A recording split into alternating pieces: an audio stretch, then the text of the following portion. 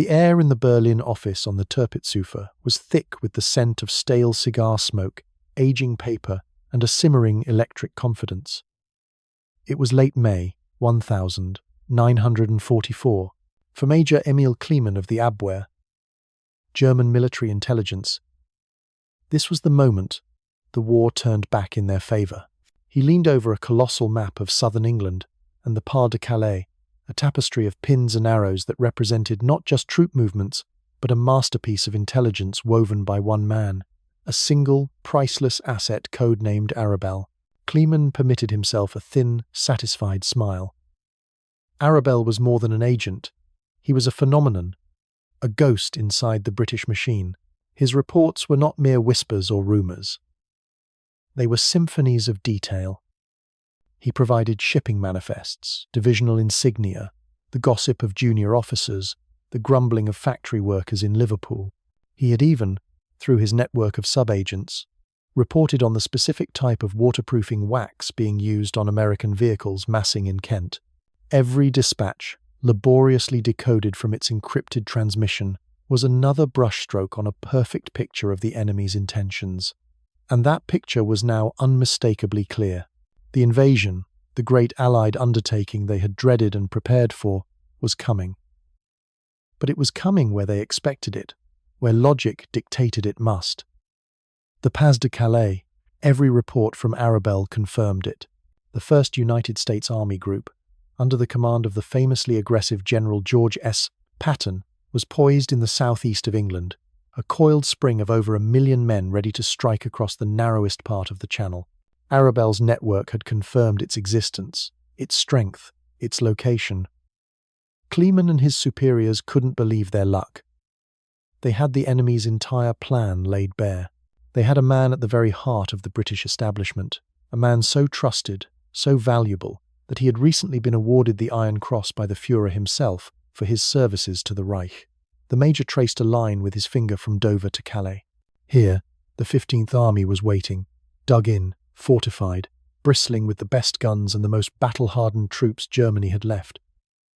They would hurl Patton's phantom army back into the sea.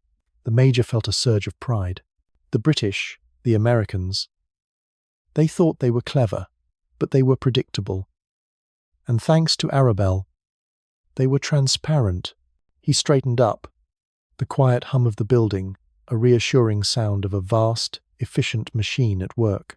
He felt no fear, only a cold, professional certainty. He had no reason to suspect that the detailed reports on his desk were nothing more than a magnificent work of fiction.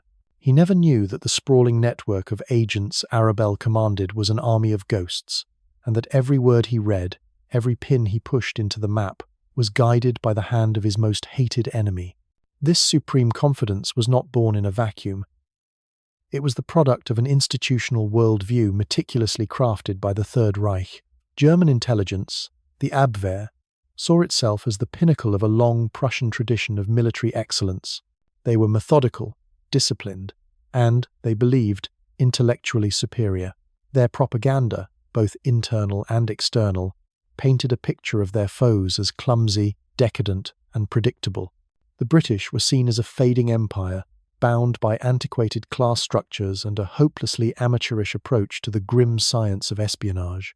The Americans were even worse, a nation of boorish consumers, rich and brutish, but lacking the sophistication and historical steel for a true global conflict. They could build tanks and planes, yes, but could they play the great game of deception and counter-deception? The Abwehr laughed at the very notion. Their own successes seemed to prove the point. They had rolled over Poland, France, and much of Europe with a combination of military might and effective intelligence gathering. They possessed the Enigma machine, a marvel of engineering they were certain was an unbreakable shield for their own communications. And they had, they believed, successfully seeded England with a network of dedicated agents, sending back the vital information needed to plan for its eventual defeat. The very idea that the British could mount a sophisticated, unified, counterintelligence operation at a national level was dismissed. How could they? The various branches of their security apparatus, MI5 and MI6, were known to be rivals, bogged down in bureaucracy and petty squabbles. The German High Command was utterly convinced that when they sent an agent to Britain, that agent was working for them. They were stunned to later discover that this belief was not just wrong, but catastrophically, biblically wrong. The entire foundation of their intelligence strategy in Western Europe was built on sand. In a quiet, smoke-filled office in London, a radically different reality was being managed. The British had not been idle. They had not been clumsy. They had, in fact, implemented a strategy so audacious and all-encompassing that the Germans would have dismissed it as fantasy. It was called the double-cross system, or the XX system, overseen by the sharp legal mind of John Masterman at the secretive 20 Committee. The policy was deceptively simple. Do not just arrest and execute enemy spies. Instead, catch them and turn them. The logic was profound. A dead spy is a one-time victory. A captured spy, if they cannot be turned, merely alerts the enemy that their agent is compromised, and they will simply send another. But a turned agent, a double agent, is an open pipeline directly into the enemy's intelligence headquarters. He can be used to feed the enemy a carefully curated diet of truth, half-truth, and devastating lies. He can report on which Allied secrets are already known and which deceptions are being believed. And most importantly, he can be used to build a picture of an Allied order of battle that exists only in the minds of German intelligence. By 1944, this unspoken policy had achieved a level of success that was almost unbelievable. MI5 had achieved total control. Every single agent the Abwehr had managed to send to Britain had been identified. Every single one was either captured, turned, or in some cases, was a complete fabrication run by British intelligence from the start. The German spy network in the United Kingdom was not just compromised, it didn't exist. It had been wholly co-opted by the British, becoming the Abwehr's most trusted source of information and MI5's most powerful weapon of deception. And at the heart of this web was the man the Germans called Arabel. His real name was Juan Pujol García, a fiercely anti-fascist Spanish citizen of remarkable courage and imagination. He had tried to offer his services to the British in Madrid in 1941 and was comically rebuffed. Undeterred, he decided on a bolder path. He would pretend to be a fanatically pro-Nazi Spaniard and offer his services to the Germans instead. With nothing more than a blue guide to Britain, a map, and a few reference books, he moved to Lisbon and began inventing brilliantly plausible reports about his espionage inside the United Kingdom, a country he had never even visited.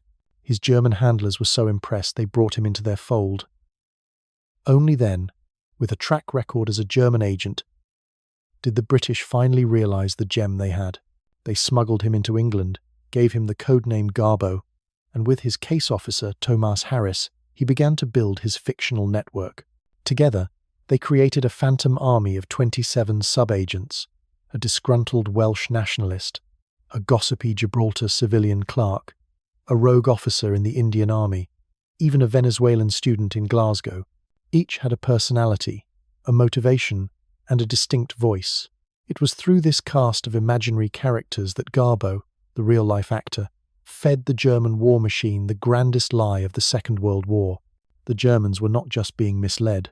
They were actively paying the salaries and expenses for the entire fictional apparatus that was ensuring their own destruction. In the pre-dawn gloom of early June 1944, a nervous energy pulsed through the German command posts scattered across northern France.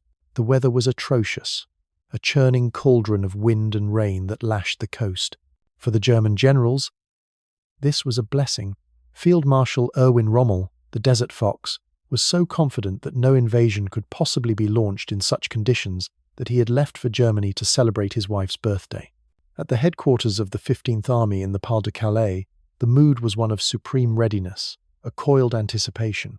They were the tip of the spear, the guardians of the shortest route from England to Germany, and they knew, with absolute certainty, that the enemy was coming for them. Their confidence was not arrogance. It was a conclusion drawn from a mountain of what they believed to be irrefutable evidence. Every day, the codebreakers in Berlin passed along the latest intelligence from their star agent, Arabel. The reports painted a picture so vivid, so detailed, that it was impossible to doubt. The 1st United States Army Group, a colossal force, was flexing its muscles in Kent.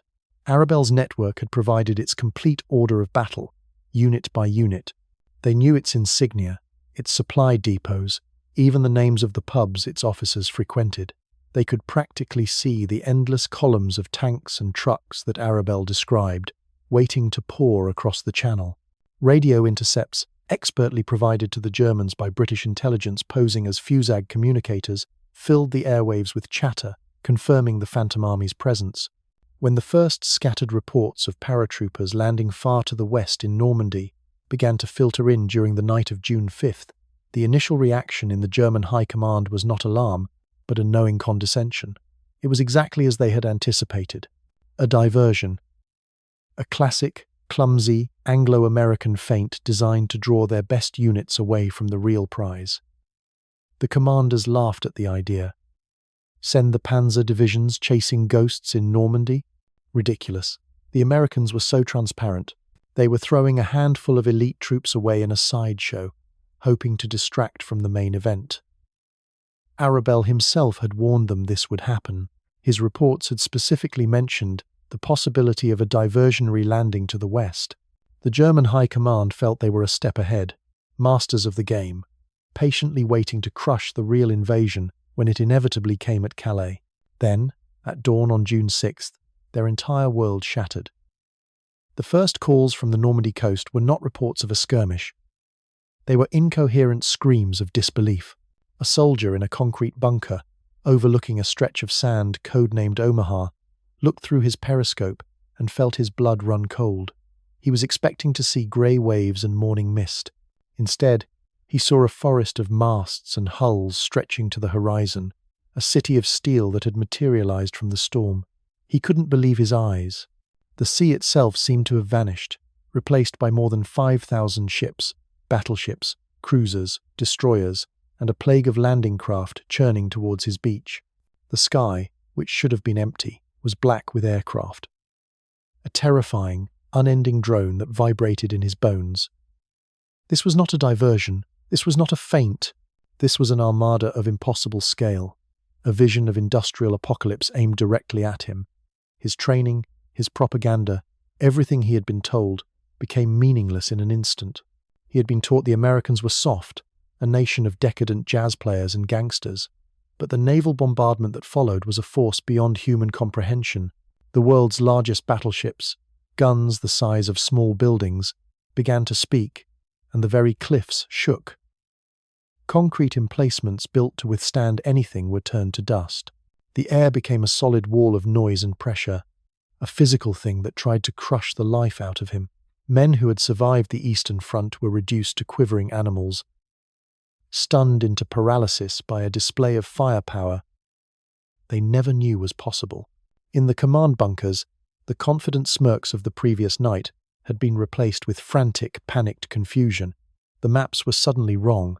The pins representing their divisions seemed pathetic against the flood of blue arrows now being hastily drawn on the Norman coast. Field Marshal Gerd von Rundstedt, the supreme commander in the west, saw the reports and knew instantly that this was no feint. This was die invasion, but when he tried to move the critical Panzer reserves, he was blocked. The orders had to come from the Führer's headquarters, and Hitler was still asleep, with strict instructions not to be disturbed. The German command structure, so vaunted for its efficiency, was paralyzed by its own rigidity at the most critical moment in its history. And then, as the chaos reached its peak, came the final, perfect masterstroke of deception. A new message arrived from Berlin, a fresh dispatch from the ever-reliable Arabel. Transmitted from London that very morning, the message confirmed that the Normandy landings, while large, were indeed the diversion he had predicted. He insisted, with his usual impeccable detail, that this operation was designed solely to lure the main German armoured reserves away from the Pas-de-Calais, so that General Patton's real army group could strike the decisive blow. For the German High Command, reeling from the shock and desperate for any news that fit their established worldview, Arabel's message was a lifeline. It was exactly what they wanted to believe. It confirmed their own genius and the enemy's predictability. It was easier to believe their most trusted spy than to accept the terrifying reality unfolding on the beaches. And so, they made the single most fatal decision of the campaign. They kept the bulk of the mighty 15th Army, with its powerful Panzer divisions, anchored in Calais. They waited. For days, then weeks, they stared out across the calm waters of the Dover Strait, waiting for the ghost army that Arabel had built, waiting for an invasion that would never come, while their comrades in Normandy were being systematically annihilated by the largest amphibious force ever assembled. They were stunned to realize they were not fighting an army, but a lie so vast and so convincing that it had crippled their ability to think, to react, and to fight. The war wasn't being lost on the beaches. It was being lost in their own minds. The shock of June 6th did not dissipate. For the German High Command, it curdled into a new and terrifying reality. The Normandy invasion was a bleeding wound, but the greatest threat, they were still convinced, lay across the Strait of Dover. This belief was not a fleeting error in judgment. It was a state of mind actively and systematically maintained by the enemy. The genius of the Allied deception was not a single stunning blow, but a relentless, daily poisoning of German intelligence. What the Germans never knew was that Operation Fortitude, the plan to deceive them about the location of the invasion, was not just a prelude to D-Day, it was an ongoing campaign. For weeks after the landings, the 15th Army, one of the most powerful forces in the Wehrmacht, remained a paralyzed giant in the Pas-de-Calais. Its commanders stared east, waiting for Patton, while their comrades were being bled white in the west. Every attempt to redeploy these vital divisions to Normandy was met with a fresh wave of paralyzing intelligence from their own trusted sources. Arabel, their hero, continued his masterful performance. His fictional network of agents sent a constant stream of reports detailing Patton's final preparations. One agent reported on a speech Patton supposedly gave to his troops in a sealed camp, promising them they would be in Calais within the week. Another provided details of new amphibious vehicle markings seen near Dover. It was a masterpiece of fiction, a phantom army given life by the clatter of a teletype machine in Berlin. The German generals couldn't understand it. They had men fighting and dying in Normandy. Yet the bulk of the enemy's strength, according to their best intelligence, was still sitting idle in England. It was maddening, illogical, but the reports were too detailed, too consistent to ignore. They were trapped, not by steel, but by a story. This was not a one-time trick. It was a system. The double-cross network was a vast, centrally controlled weapon that had transformed the very nature of espionage. The Germans believed they were running a network of individual agents, each a brave lone wolf serving the Reich. They were shocked to discover that they were, in fact, the unwitting audience for a meticulously scripted play, where every actor was controlled by a single director in London. The 20 Committee was the director's chair, receiving German agent after German agent and turning them into puppets. Men like the flamboyant Yugoslavian playboy Dusan Popov, codenamed Tricycle, who fed the Germans a mix of genuine but harmless intelligence alongside critical disinformation for years. Or Eddie Chapman, the dashing safecracker codenamed Zigzag, who so convinced the Germans of his loyalty that after parachuting into Britain, he was sent back to Germany and awarded the Iron Cross just like Arabel. He then returned to Britain to continue his work for the Allies. To the Abwehr, these men were their prize assets. In reality, they were the primary instruments of Germany's strategic self-delusion. A recurring symbol of this invisible war was the innocuous sound of radio chatter. Across the channel, a special American unit broadcasted a constant stream of fake radio traffic, the daily, mundane communications of a massive army group going about its business. German listening posts diligently intercepted this chatter day and night. They heard supply sergeants arguing about requisitions, lieutenants practicing call signs, even the results of baseball games. To the German analysts, this was the irrefutable electronic pulse of a living, breathing army. They never suspected it was all a recording, a ghost whispering in their ear, holding their panzers in place with nothing more than static and lies. The system's most insidious application came not against armies, but against civilians. When the V-1 flying bombs, the first of Hitler's vengeance weapons, began to fall on London, they created a new kind of terror. But for the German military, They also created a problem. The guidance systems were crude. To accurately target the heart of London, the government buildings of Whitehall, the docks, the financial centre, they needed to know where the bombs were landing. Their solution was simple, and they thought brilliant. They would ask their spies on the ground. A flurry of encrypted messages went out to their agents in and around London, requesting precise reports on the impact points of the Vone Second. The requests landed on the desks of MI5 case officers, who saw an opportunity of breathtaking audacity. Working through their controlled double agents, including Arabel and Zigzag, they began to send back reports. The reports were masterpieces of careful deception. They consistently and methodically reported that the Vone Second were overshooting their central London targets and landing in the northern and western suburbs. The Germans, trusting the information implicitly, did what any logical military force would do. They adjusted their aim. They shortened the range on the flying bombs, believing they were correcting their fire to hit the vital city centre. In reality, they were tricked into moving their aim away from the most densely populated areas and onto the less populated southern suburbs and the fields of Kent. The German High Command couldn't believe their targeting was so off, but their own agents confirmed it again and again. Later, when the far more advanced V-2 ballistic missiles were launched, the same strategy was employed. The Germans, desperate to cripple the British capital, were systematically guided by their most trusted assets into bombing the wrong places. They were fighting a war of ballistics, but were being defeated by a war of whispers. The recurring symbol of American and British power was no longer just a tank or a plane, but something far more subtle, the crisp, official-looking intelligence dispatch, lying on a general's desk in Berlin, that was in fact a weapon, its every word a carefully aimed bullet fired from hundreds of miles away. By late summer of 1944, the atmosphere of supreme confidence in the offices of the Abwehr had evaporated, replaced by a cold, creeping dread. The Allies had not only held their beachhead in Normandy, they had shattered the German lines and were now rampaging across France. Paris was liberated. The 15th Army, which had been held in reserve for so long, guarding the Pas-de-Calais against a ghost, was now being thrown piecemeal into a failing battle, its strength squandered, its timing disastrously late. In Berlin, the recriminations began. The blame, which had initially been placed on field commanders for failing to throw back the Normandy landings, was now shifting towards a more unsettling target, the intelligence services themselves. How could they have been so wrong? How could the greatest amphibious invasion in history have been mistaken for a feint? Senior officers began a frantic post-mortem, pulling the old dispatches, rereading the endless, confident reports from their star agent, Arabel. What had once read as a masterpiece of intelligence now looked like something else entirely. The details were too perfect, the predictions too convenient. A chilling realization began to dawn in the minds of the more astute analysts.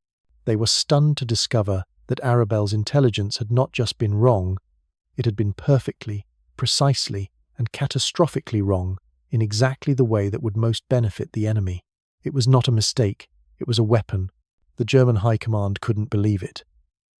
They had been led by the nose, their entire strategic posture in the West dictated by a script written in London. The man they had awarded the Iron Cross was not their hero, he was their Judas. The shock was profound, an intellectual and institutional collapse from which they would never recover. The very concept of reliable intelligence from Britain ceased to exist. They had been blind, and what was worse, they had gouged out their own eyes and called it sight. The immediate reaction was one of desperation. The Abwehr and its ruthless competitor, the Sicherheitsdienst or SD, initiated a series of frantic and ultimately futile countermeasures. They had to get fresh eyes on the ground. Agents who were completely unknown to the British, who could bypass the compromised networks and report the truth. They scoured their training schools for their best remaining recruits and began dispatching them to Britain. But they were trying to break into a fortress that had long since locked all its doors and windows. One agent was dropped by parachute into the English countryside at night. Within hours, he was apprehended by the local Home Guard, a group of determined, middle-aged men whom German propaganda had dismissed as a joke. He was taken to a local police station, and from there he vanished into the maw of MI5's Camp 020, the infamous interrogation center. Another pair of agents was landed on the coast from a U-boat. They buried their radio equipment and made their way inland, only to be arrested within 2 days after a sharp-eyed Coast Guard noticed footprints leading from a supposedly deserted beach. Every attempt failed. The British had turned their island into a counterintelligence panopticon. Every policeman, every postmaster, every railway worker was a potential lookout. The German spies, trained in the arts of subterfuge, never knew that their greatest enemy was the civilian population itself, a population that had been trained to spot anything out of the ordinary. The Germans were so used to operating in occupied territories, where they held the power of life and death, that they had forgotten how to operate in a hostile country where every citizen was a sentinel. Their desperate attempts to re-establish a network were like trying to light a match in a hurricane. The psychological impact of this realization was devastating, not just on the front lines, but within the intelligence services themselves. For an Abwehr officer who had spent years painstakingly cultivating his network in Britain, the news that his entire career was built on a lie was a soul-crushing blow. The pride they had felt in their professional superiority curdled into shame and paranoia. If Arabel was a traitor, who else was? If the entire British network was an enemy fabrication, what could they possibly trust? A deep, institutional sickness took hold. Officers began to suspect one another. Reports that might have been valuable were dismissed as potential enemy plants. The flow of information, the lifeblood of any military, slowed to a trickle and was poisoned by suspicion. This mental paralysis spread outwards. Commanders on the Western Front grew to distrust the intelligence briefings they were given.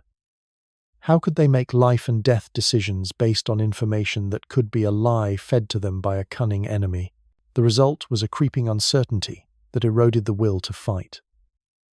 The average German soldier in Normandy had been told he was facing a decadent, poorly led enemy. Instead, he was being pounded into dust by an endless artillery barrage and hunted from the sky by swarms of fighter bombers. His own air force, the Luftwaffe, was nowhere to be seen. He had been promised that the bulk of the enemy forces were still waiting in England, yet the force in front of him was an unstoppable juggernaut. The lies told to the generals in Berlin had a direct, crushing effect on the man in the foxhole. He felt abandoned, deceived, and overwhelmed. The German war machine, which had always prided itself on its clairvoyant sense of enemy intentions, was now fighting blind, deaf, and crippled by self-doubt. They had been intellectually disarmed before the first shot was even fired. The incredible story of Juan Pujol García, Agent Arabel, is more than one of the greatest deceptions in military history. It is a parable, a stark illustration of the fundamental clash between two worlds. The German Third Reich was a system built on rigid hierarchy, unquestioning obedience, and a profound belief in its own monolithic superiority. It was powerful, brutal, and efficient, but it was also brittle. The Allied war effort, particularly with the entry of the United States, represented something else entirely. It was a sprawling, sometimes messy coalition of democracies, but it possessed a flexibility, a creativity, and an industrial capacity that the totalitarian mind was simply incapable of comprehending. The double-cross system was not the product of a single dictatorial order.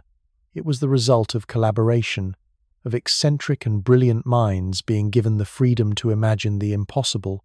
It was a victory of ingenuity over ideology. But this ingenuity was merely the key that unlocked the door.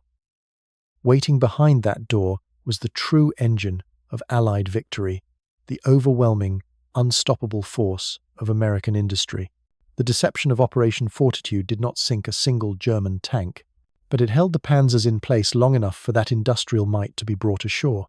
And once it was ashore, the war entered its final, brutal phase.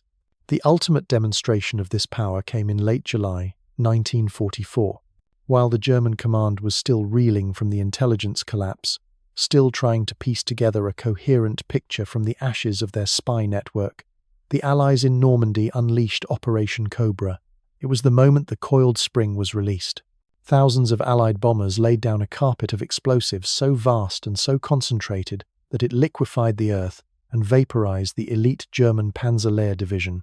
Into the breach poured the American forces, spearheaded by the very man the Germans had feared in the wrong place for so long, General George S. Patton. The ghost of Calais was now a terrifying reality in Normandy.